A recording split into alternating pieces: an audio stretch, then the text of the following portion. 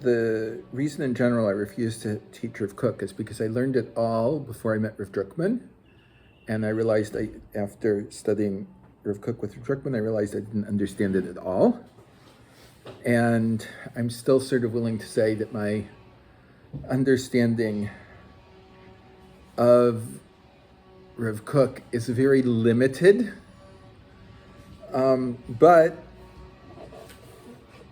there are things where I have svarim to help me, and the introduction of Rav Kook to Shir HaShirim, Rav Drukman wrote a sefer on, a series of lectures about it that was then later transcribed and printed. Before we even look at the introduction, it's important to note there are a whole series of versions of this.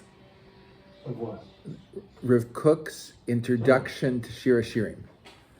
It first came about where he said it over when he was still in Latvia, and someone transcribed what he said.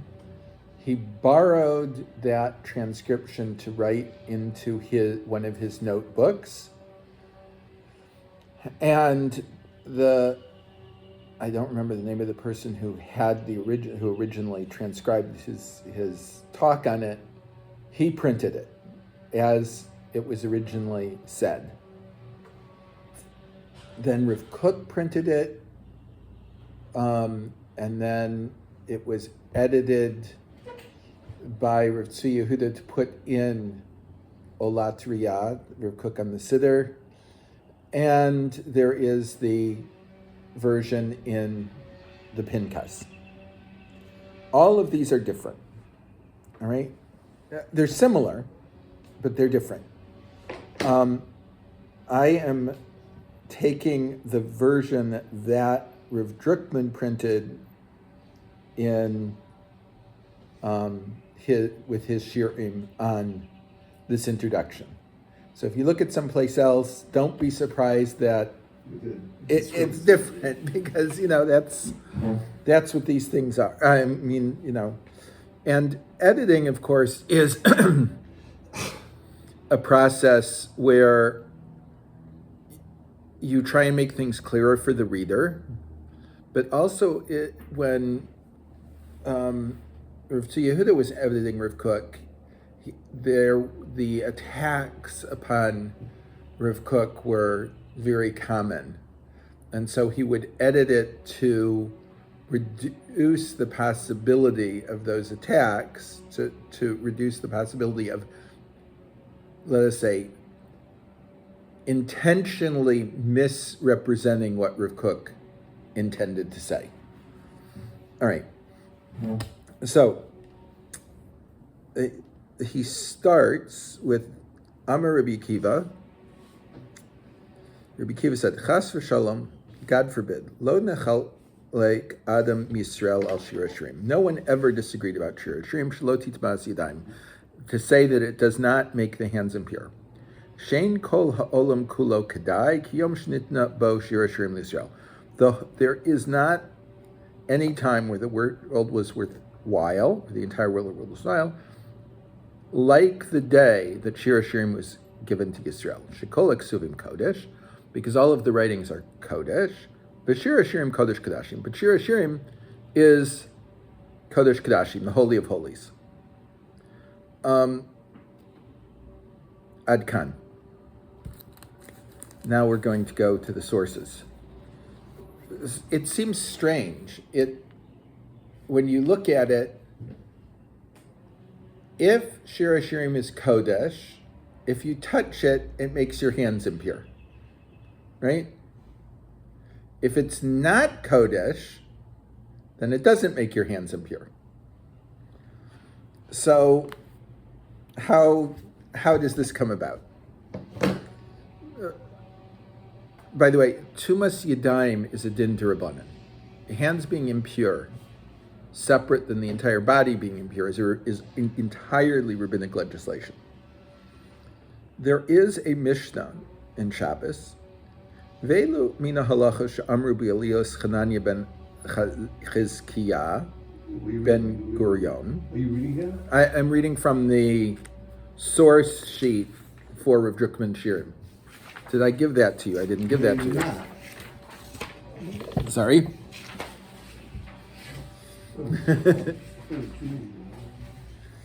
Okay, right. That's often true when you're learning Rav Kook, that you think you're dreaming. Yeah, okay, sure, that's right. ואלו מן ההלכה שאמרו בעליית חנניה ben חזקיה ben גוריון, כשעלו לבקרו. These are the halachos that they said in the attic of Hannania ben Chizkiah ben Gurion. Sometimes the Chamim had to hide in the attics during times of Roman prosecutions. When they came to visit him, Nimnu ורבו בשל al beis Shammai, and they voted, beis Shammai was more numerous than beis Hillel. ושמנה דברים גזרו ביום, and they decreed 18 things in that day. Now, it doesn't necessarily mean that these are 18 things that beis Shammai was more numerous than beis Hillel, right? They made decrees on that day, and there are a total of 18 of them. And this would happen to be a particular meeting where there were more people from beis Shammai than beis Hillel.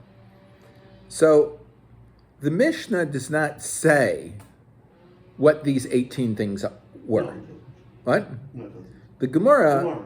on the same Amud does. Shmona davar gazru, neinhu shmona davar. So the Gemara says they decreed 18 things. That's the davar hamatchil from the Mishnah, and it says what were the 18 things they decreed? Detnן.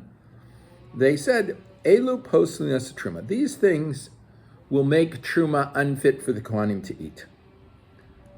Haokel ráshon, someone that ate something. Notice it doesn't say the tamim, it says pוסלין. Right, there's a difference. The person that ate something that was a rishon l'tuma, if he then handles it, והאוכל sheni, or someone that eats even a sheni l'tuma, which should make something a shlishi, which truma shouldn't be susceptible to. So why is it there? Meaning it's a rabbinic decree; it's not from Torah. V'hashose mashkim tameim, and that you drink impure liquids. V'haba rosho v'rubo b'mayim she'uvim, that you pass through drawn water, your head and the most of your body. V'tahor shenafalo rosho rubo shlosha lugim mayim she'uvim, and a tahor person that falls on his head 3 lugim of drawn body. Well, no, not here. It's a Rosh Verubbo. Right, it fell on the. You're right. Sorry, it fell on him, on his head, and the majority of him 3 lugim. A lug is say 14, 15 ounces of mayim she'uvim, so it's 3 times. So it's 45 ounces, fluid ounces. V'hasefer, a book. V'hayadayim v'hatvulyom, the hands. And someone that was a tvul yom. He went to the mikveh that day, but he doesn't become tahor until the evening. Ve'ochlim ve'kelim shnitmu b'mashkim, and food and kelim that became impure through contact with water. So what does it mean ve'hasefer? Ve'sefer my time gazru be'rabbanan tuma. So the Gemara on the next daf says why did they decree tuma about, let's say, Tanakh? Amar Rav Masharshia. Rav Masharshia said, "B'techila hayu matzniim esa ochlin de truma etzel sefer Torah." Originally, the people, the Kohanim, would put their truma with their svarim, right? Mm-hmm. So remember, people didn't have printed svarim, right? So what did you have to learn from? Everyone kept it Sefer Torah. By the way, the fact that people kept the Sefer Torah is, there's a Gemara, I don't remember the end of what Masechta, and it's only in certain versions of the Yerushalmi, not others. But at the end of one of the Masechtot in Zerayim, in the Yerushalmi, it says, Mi shemachzik sefer Torah b'beis knesses, omer alav kasuv, v'tzid kaso omed islav. The person that keeps his sefer Torah in the beis knesses, it says about him, v'tzid kaso omed islav, his righteousness lasts forever. Mi shemachzik b'beisa, the one that keeps him in his house, omer alav kasuv, hon v'osher lebeisa v'tzid kaso le'amad. There is hone, wealth, and greatness for his house, and his righteousness endures forever.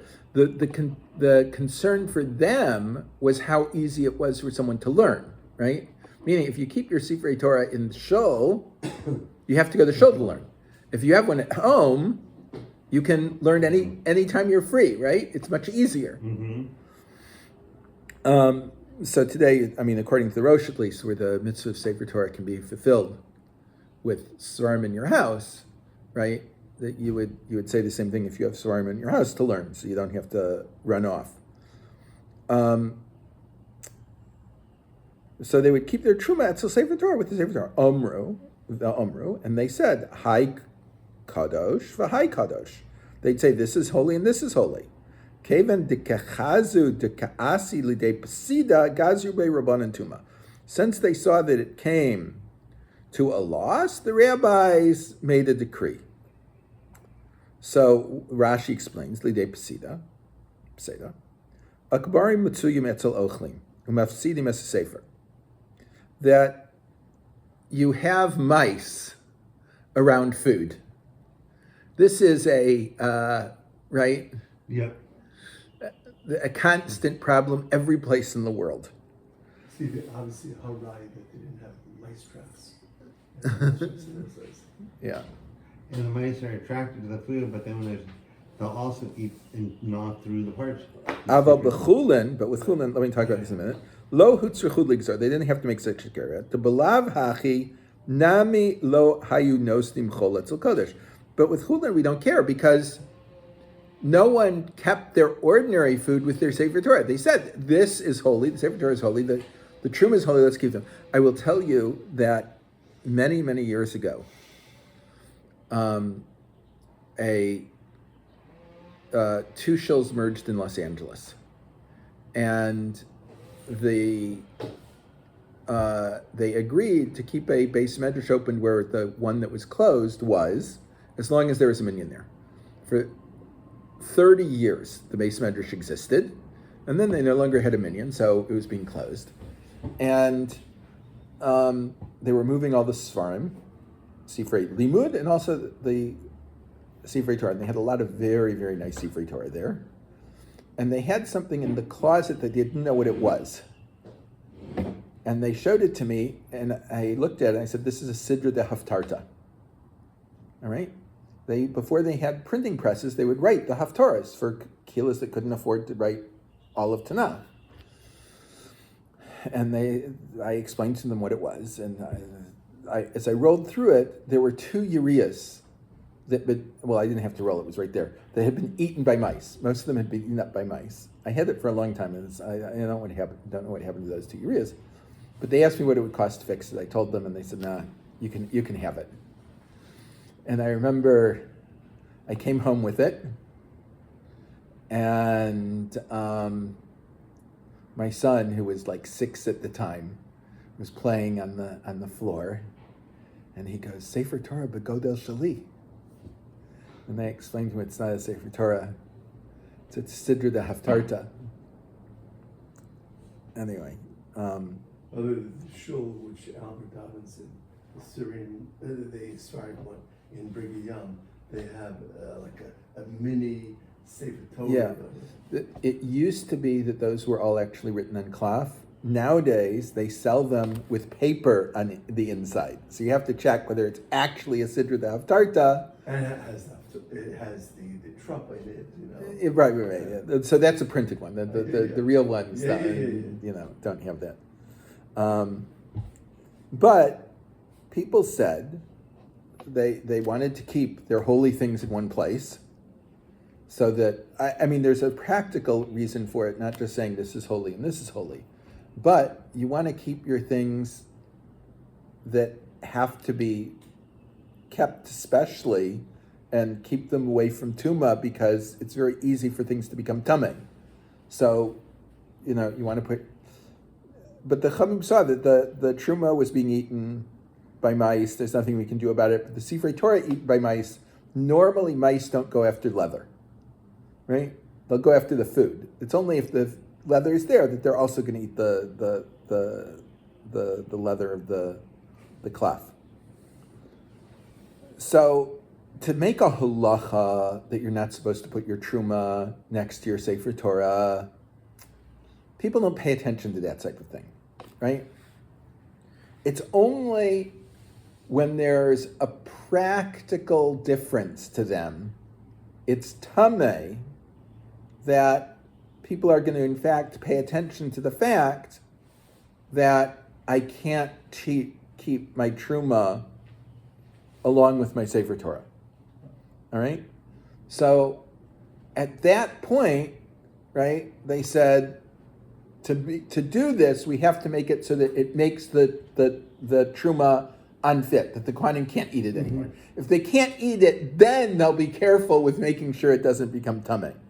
And we know from various stories in the Gemara that not only Kohanim, but other people were very, very careful about Tumah and Tahara, right? And there's the Gemara in Yuma that, I'm pretty sure it's in Yuma, where the Kohanim are racing, right, yes, to do the avoda, and one gets stabbed, right? And the father says, take the knife out quickly so it won't become tamei when he becomes dead, when my son dies, right? So, I mean, the Chachamim are saying they're going too far in their zerizus and their zealousy to make sure everything stays tahor. But obviously, if you're dealing with things where those are the attitudes of society, if you say something's going to become tamei, right? There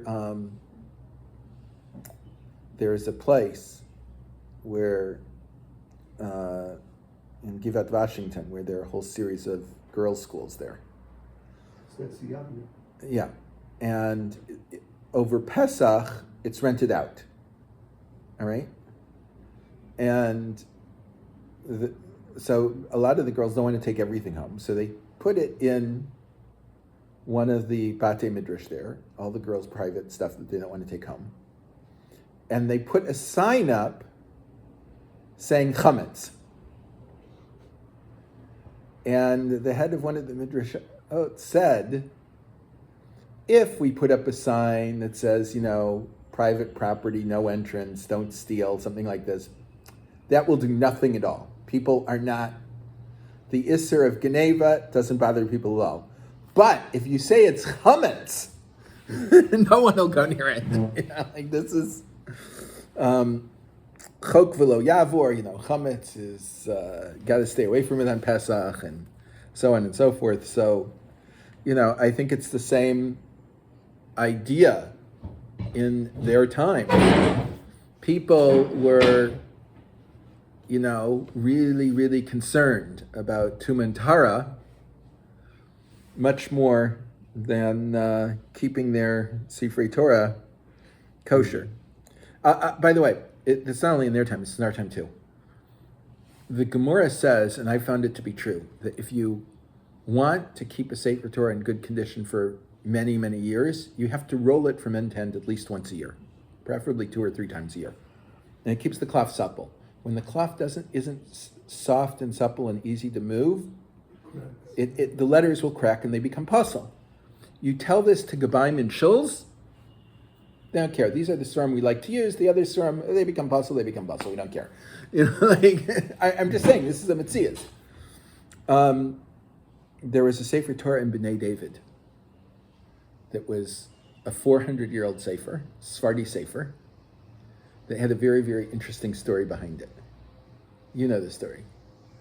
Yeah. Ruby, you don't know the story. I'll tell it for you. So during the Lebanese Civil War, LA, yeah, large shul in LA, in Pico Robertson. During the Lebanese Civil War, there were Jews stuck in in Beirut that couldn't get out. And there were 54 of them left. And in those days, with a tour group, the head of the tour kept everyone's passports, and they didn't try and match passports to people, they just counted them. So the group contacted Rabbi Shreit, who was the rabbi of the shul at the time, and he very quickly arranged the tour for 54 people to go there at Israel, except on the way, they were going to have a day and a half in Cyprus. And they landed in Cyprus one evening. The next morning, he didn't go on the tour with them, but he had their passports, and he had booked their tickets without their knowing it with a trip to Beirut. He flew into Beirut during the Civil War with 54 passports. He passed customs. They brought the 54 Jews from Beirut out using the American passports because they just counted them. They didn't try and match them to people. And, once he was in Cyprus, he could, the Israeli consulate there, embassy there could arrange Israeli passports for them. But the community, the Lebanese Jewish community, was so happy with him that they gave him what they viewed as their best Sefer Torah in a silver teak. All right? I mean, it's real silver. It's not... not silver plate. Not silver plate. This thing is silver and it has gold ornamentations. It's a beautiful, beautiful teak. And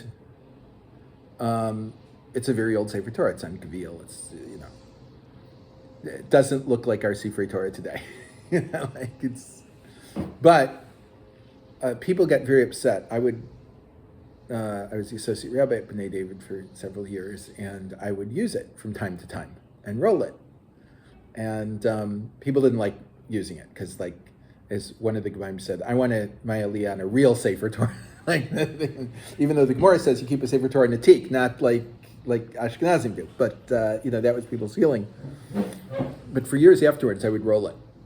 I would go in several times a year and roll it because I knew they weren't. And you have a Sefer Torah that old, it can get possible relatively quickly. Eventually, I believe they put it on Atzei Chaim, which I said for years. If you don't want to use it in a teak, you should put it on Atzei Chaim. Put the thing on the display, and And I never told the story until after Rabbi Shreit passed away, because I asked him how we got the Sefer Torah, and he told me the story. And he said, "You can't tell anyone." He said, "Why not?" "Because I know my Balabatim, and if they knew that I had gone to Lebanon with their passports, they would have killed me." But after he passed away, they can't kill him anymore. But so you see that there is certain things that no matter what you say, for some reason people don't seem to be willing to put in the work to preserve the Sefer Torah and things like that, which I sort of can't understand, but it's a reality. It's interesting because we know that the last mitzvah is, Ksiva Center. Shir HaShirim, right? And it's Torah. So, ergo, if a person held, assuming they had the money for it, then they would have to have it in their house, Yeah, it's the Yerushalmi obviously has a preference to keeping it in the house. Al Pi Kabbalah, there are tzinoros that bring the bracha from Shemayim, and they go straight, and they're straighter into where the Sefer Torah is. There's a long shla on it, and so on. But for most people, it's too difficult to keep a Sefer Torah in their houses. I do it, but I'm not a normal person, so everyone knows I'm crazy. I understood the... What? I read through the lines. So, to get to this, what Rav Kook... He keeps me as his company. That by definition means something. To get to the part of a Mishnah that Rav Kook quoted as the opening, I want to look at several other Mishnayos in Masechta Yadayim. One of those Masechtot that no one knows. Most people don't even know it exists. Which one? Kol haposulas truma mitame yasidaim lioshnios. Anything that makes truma invalid, it makes the hands a sheni latuma. All right? Yep. So therefore, since we know from the Gemara in Shabbos that the Sefer Torah makes, or all Sifrei Kodesh, right, makes the hands a sheni latuma, right? Therefore, your food. Therefore, your food would no. The truma. Because they make the truma, because they make the truma tameh, therefore they make your hands a sheni latuma. Yeah. All right. So that's Mishnah base. Mishnah Dalet.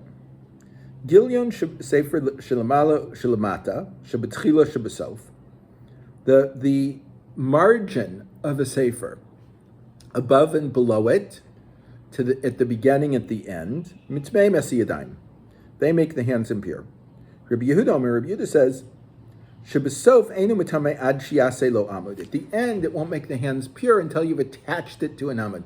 By the way, if you ever look at Ashkenazim, don't do this. Ashkenazim, when we write a Megillas Esther, right, it's just the cloth, and that's it. Sephardim have an amud, a little dowel at the end that the Megillas Esther is sewn to. All right, it's different thing. Fine. And we have, as you know, there are margins above and below the ksav, right? Everyone sees that but most people aren't aware that there are margins at the beginning and the end, right? Before the beginning of Bereshis, there's... What? Not aware. Because most people don't get aliyahs at the very beginning or very end, so that But maybe what? Maybe I'm assuming. Some people look at when they have hagbar. Yeah, but it's no. First of all, on Simchas Torah, everyone's drunk, so they can't remember what was last year.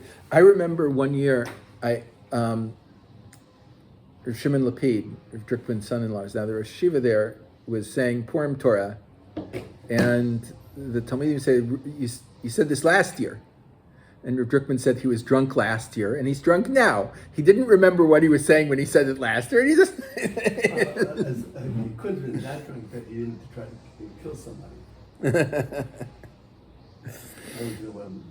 I will tell you, my Rebbe Rav Katz Zatzal was a Talmid for 2.5 years of the Rogatchover. And he said that twice a year the Rogatchover would drink. When? Purim. Yeah. And Simchas Torah. And wine, in Russia was very hard to get. They used it Friday night for Kiddush, but that was it. It's just too expensive. And so, but vodka in Russia is Chamer Medina. That's the commonly thing that you drink. And he would drink large tumblers, like 8-ounce tumblers of vodka, chugla going after another. And they had a lottery among the Talmidim before Simchas Torah and before Purim as to which of the Talmidim who wouldn't be allowed to drink. Because someone has to remember and write down the Rebbe's Torah for the other Talmidim to learn from. And Rav Katz said the only thing that happened to the Rogatchover when he was drunk is that the Divrei Torah became faster and sharper. It's obvious. Yeah, so you see what the person is. There's a ma'aseh with Rav Yehuda that someone, let's say, was not speaking very nice things when they were drunk in Purim, and Rav Yehuda had him thrown out of the yeshiva. And he said, if that's what's inside of him, this isn't the place for him to be. All right, Mishnah Hey. This is the Mishnah that we're interested in. Sefer Shenimchak, a Sefer Torah that the majority of it has been erased. By the way, this can happen in a whole series of ways. I will talk about two of them. One, I'm not talking about anything going wrong, someone going and erasing the sefer. I'm just talking about normal processes. If the dio wasn't made properly, then it will start to chip over time. If the hide, they didn't get all of the oils out of it when they were tanning it, the oils will come to the surface. And you know how in a frying pan you have oil on it, that things don't stick to it so well? The letters start popping off. The letters start popping off as the oil comes to the surface. And when this happens, there's nothing you can do to fix. I mean, you can write on the oily surface again, but it's not good. It's 3 to 6 months it's off. I mean, it's just a total bracha levatala. V'nishtayr bo pei he osios kaparshas v'hibin aron, and we have left 85 letters like we have in the parsha v'hibin aron. Why this parsha? According to some Tanaim, the Vayhi Saron is actually another sefer of Tanakh, another sefer of Chumash. So we have, but it's earlier than that even. So we have 7 Sfarim. We have, right, up to that point, and remember that point, and then the rest. But if that's a whole sefer, that means there's a great chashivas to it, and it has 85 letters. So as long as there are 85 letters remnant in the sefer, right? It has some kedusha. Mitamei mesiyadayim. It makes the Hands tamei. Megillah shekasav bo pei osios kaparshas v'hibin saron mitamei mesiyadayim. A Megillah, either once you've written 85 letters or 85 letters are remaining, right? Mm-hmm. It again makes the hands impure. Kol kisvei kodesh mitmei mesiyadayim. All kisvei kodesh make the hands impure. All right. Shir HaShirim v'koheles mitmei mesiyadayim. Shir HaShirim and koheles, which there are reasons to think of either one as being problematic. Shir HaShirim, if you read the pshat, there are many places where it is pornographic, clearly, as long as you're not trying to read it with Art Scroll's mistranslation. And Koheles, many of the ideas, like it doesn't matter what I do, everything's the same anyway, whether I do mitzvahs or not, can also be viewed as problematic. But nonetheless, the Mishnah says at the beginning, they're mitamei yasidayim. Rabbi Yehuda says, Shir HaShirim mitamei yasidayim, v'koheles machlokas. Shir HaShirim makes the hands impure, and koheles is a machlokas, whether it makes the hands impure or not. Rabbi Yehuda says koheles. It's one of these is Rabbi Yossi. The first one's Rabbi Yossi. This is Rabbi Yehuda. It's a typo. Omer koheles eino mitamei yasidayim v'shir HaShirim machlokas. Koheles does not make the hands impure, meaning it's simply not part of Tanakh, period. And Shir HaShirim is a debate. Rabbi Shimon says, Koheles mikule beis Shammai and l'chumrei beis Hillel. Koheles is one of the leniencies of beis Shammai. They would say it is not tamei, and the beis Hillel would say it is. Rabbi Shimon ben Azai, Rabbi Shimon ben Azai says, normally it's ben Azai. We normally don't call him Rebbe, but it's interesting here that we call him both Rebbe and we give his first name as well. Mekubal ani mipi shvim v'shnaim zaken biyom sho shivu es Rabbi Eliezer ben Azariah b'yeshiva. I have received from 82 elders on the day that they appointed Rabbi Eliezer ben Azariah as Rosh Yeshiva. Right? This is the famous Gemara in Brachos, how they got rid of Rabban Gamliel. Shir HaShirim v'koheles mitmei mesiyadayim. Both of them are mitamei, the hands. Now, all of these people, in one way or another, are Talmidim of Rabbi Akiva. So, the next statement that we have from Rabbi Akiva must be a statement that was made after they put in their 2 cents, because they don't argue with their Rebbe. So Rabbi Akiva listens to his Talmidim argue about something. By the way, this is one of the great ways that you can teach, right? You send your Talmidim to learn in the Beis Medrash, let them try and figure it out, and then you sharpen it up.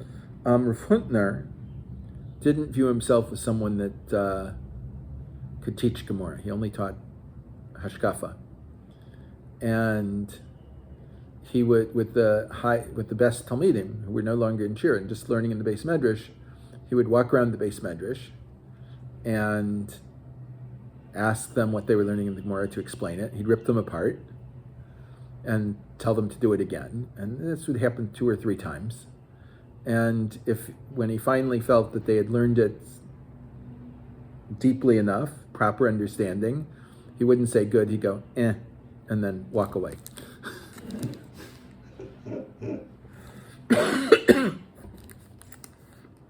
Rav Huntner and Rav Katz, by the way, were roommates in Slobodka, and Rav Katz did the same thing to me with halacha, and the best you could ever get was, To stand up to that type of thing, you have to be a real Litvak. And people can't do that anymore, which I think is one of the reasons, Talmidim can't take it, that kind of constant beating up. And I think that's one of the reasons why we have such Yerida Sidoros so quickly. Amar Rabbi Kiva says, Chas v'shalom, God forbid, lo nechalek Adam Yisrael al Shir HaShirim, shelo titmas yadayim. No one ever said that Shir HaShirim doesn't make the hands impure. Shein kol olam kulo kedai ki yom shenit Shir HaShirim liYisrael. There was no day as valuable to Klal Yisrael as the day we received Shir HaShirim. Shekol ksuvim kodesh, because all of the ksuvim are kodesh. For Shir HaShirim kodesh kodashim, and Shir HaShirim is kodesh kodashim. Vim nechalku, and if they did debate about whether one of these svarim belongs in Tanakh or not, lo nechalku elal kohelas. They didn't disagree with anything but kohelas. Meaning he's not even accepting that as la halacha, right? He's saying, but if there was machlokas, there's in kohelas. Elal Amar Rabbi Yochanan ben Yoshua ben Chamiv shel Rabbi Akiva. So Rabbi Yochanan ben Yoshua, the son of the father-in-law of Rabbi Akiva. This is Rachel's brother. Yeah. Or stepbrother. But it doesn't actually make sense because her father was Kalba Savua, right? So it's got to be like a nephew or something like that, meaning that the ben is referring to a grandson, not necessarily a son. Kedivrei ben Azai kach nechlaku v'kach gomru. Like Ben Azai said, right? The Shir HaShirim and Koheles are mitame the hands. He says they disagreed on all of them. They took a vote, and they decided that both of them, right, are part of Tanakh, and both of them make the hands impure. All right.